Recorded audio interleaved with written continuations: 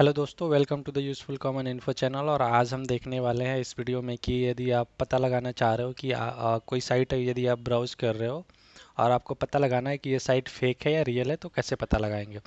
तो उसके लिए मैंने यहाँ पे कुछ स्टेप लिख रखे हैं।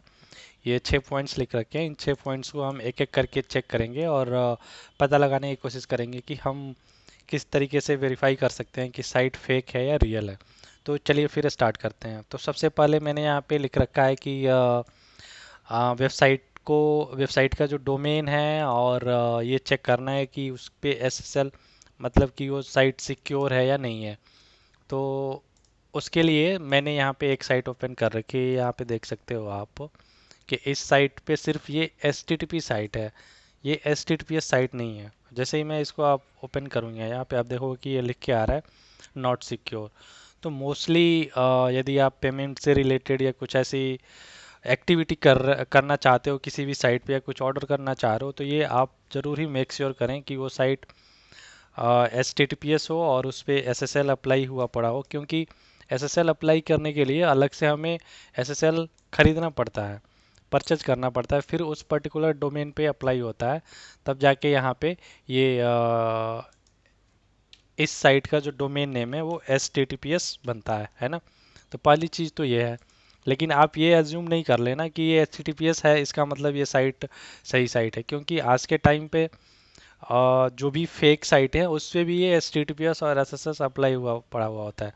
तो पहली चीज़ तो आपको ये देखनी है। दूसरी चीज़, जो पॉइंट मैंने यहाँ पे लिखा हुआ है, जो साइट की हिस्ट्री है।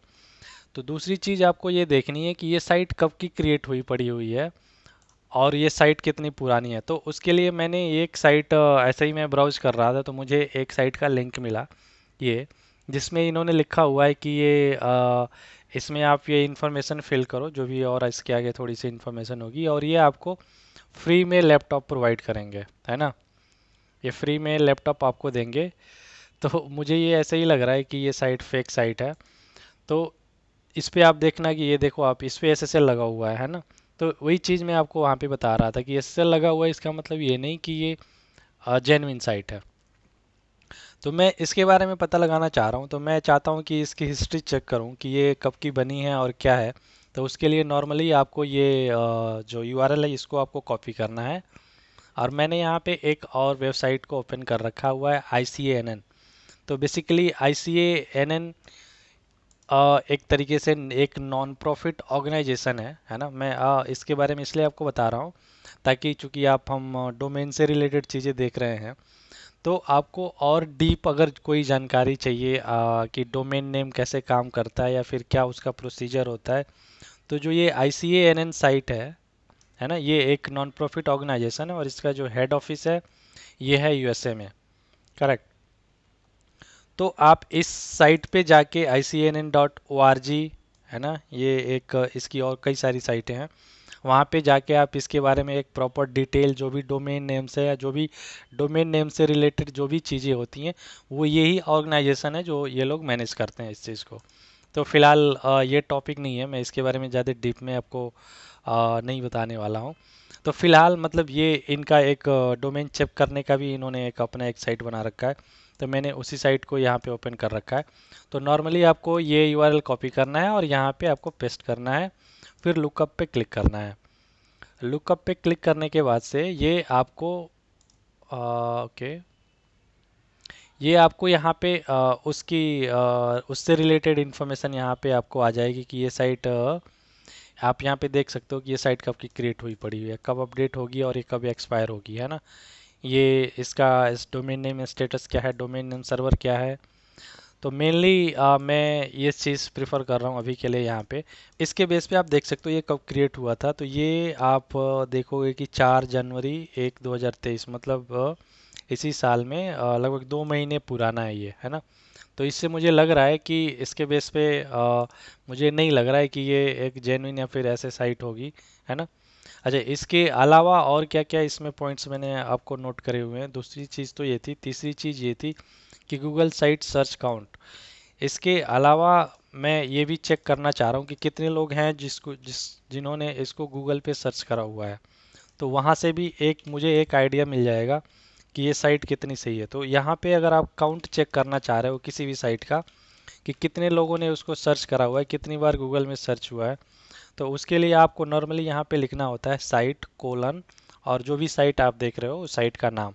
तो जैसे ही मैं यहाँ पे एंटर करूँगा आप यहाँ पे देखोगे कि ये एक ही बार सर्च हुआ है। तो इससे मुझे लग नहीं रहा है कि ये साइट जेन्युइन, क्योंकि यहाँ पे कम से कम 5 या 10 काउंट्स तो होने ही चाहिए किसी भी साइट के। तो इससे भी यहाँ पे भी मुझे ये जेन्युइन साइट लग नहीं रही है ना।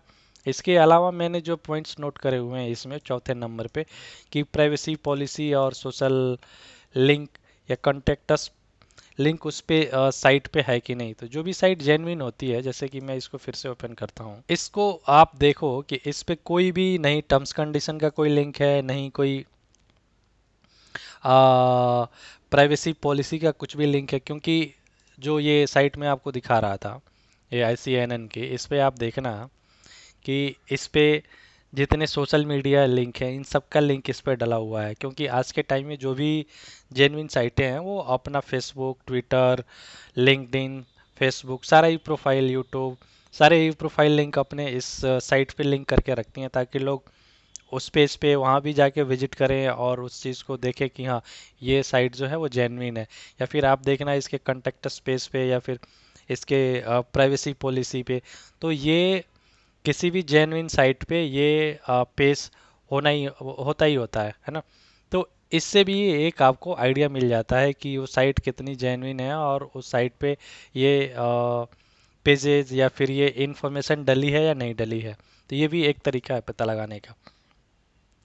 इसके अलावा मैं आपको कुछ टूल्स आपको यहाँ पे बताने वाला हूँ जहाँ से आप इस टूल्स को उस टूल्स के माध्यम से आप पता लगा सकते हो कि ये साइट जेन्युइन है या नहीं है। क्योंकि बेसिकली टूल्स पे क्या है कि मैं टूल्स के आपको डायरेक्ट टूल्स के बारे में ही बता सकता था, लेकिन मैंने आपको ये सारी चीज़ें इसलिए बताई क्योंकि टूल्स जो मतलब टूल्स का मेरा मीनिंग बस इससे है कि कुछ साइट्स हैं जिन पे आप मैंने पहले वाली इन्फॉर्मेशन आपको इसलिए बताई थी क्योंकि कुछ मेरे पास 3 साइट के नाम मैं आपको बताऊंगा। ये 3 साइटें हैं जिस पे आप डायरेक्ट वो यूआरएल डाल के और पता लगा सकते हो कि वो यूआरएल मतलब वो वेबसाइट फेक है या रियल है। तो ये भी बेसिकली आपको 100% क्योंकि इन साइट पे भी वही चीज़ें आती हैं जो कोई इस पे चेक करता है या जो लोग इस पे रिपोर्ट करके डालते हैं, है ना। तो आप फुल्ली इन 3 चीज़ों पे डिपेंडेंट नहीं हो सकते कि ये बोल रहा है तो, या फिर हो सकता है कि इसमें उस साइट का लिंक ही ना हो, है ना। तो इसलिए ये 3-4 पॉइंट्स मैंने आपको पहले बताए ताकि उसके बेस पे आपको आइडेंटिफाई करें। अगर वहाँ से भी आपको फुल्ली चीज़ें नहीं पता चल पा रही हैं तब आके आप इन 3 साइट्स के लिंक पे उस साइट का नाम डाल के फिर आप पता लगा सकते हो। जैसे कि मैं इस साइट को कॉपी करता हूँ और मैं जानना चाह रहा हूँ यहाँ पे ये साइट, एक साइट है scamadvisor.com। इस पे आप कोई भी साइट है उस साइट का लिंक डालो और सर्च करो, तो ये आपको उससे रिलेटेड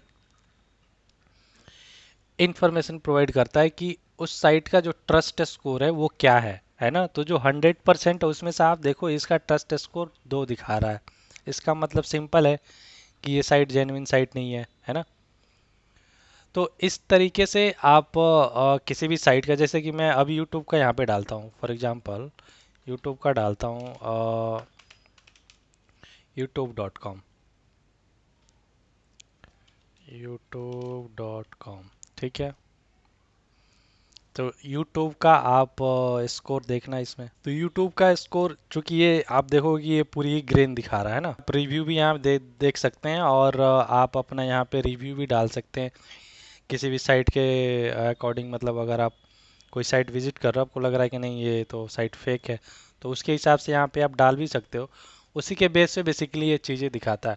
उसके अलावा यहाँ भी ये एक साइट है emailveritas.com।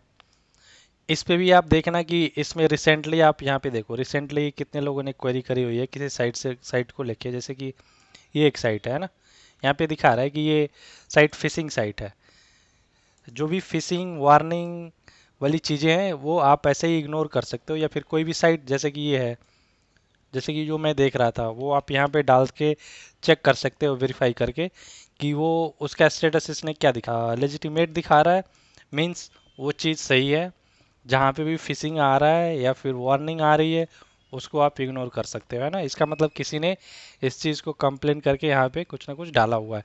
इसके अलावा एक और साइट यहाँ पे भी मैंने खोल रखी है, urlvoid.com। यहाँ पे भी आप आके जो यूआरएल है, जो यूआरएल जिसको मैं आपको दिखा रहा था, यहाँ पे आप डाल के देख सकते हैं।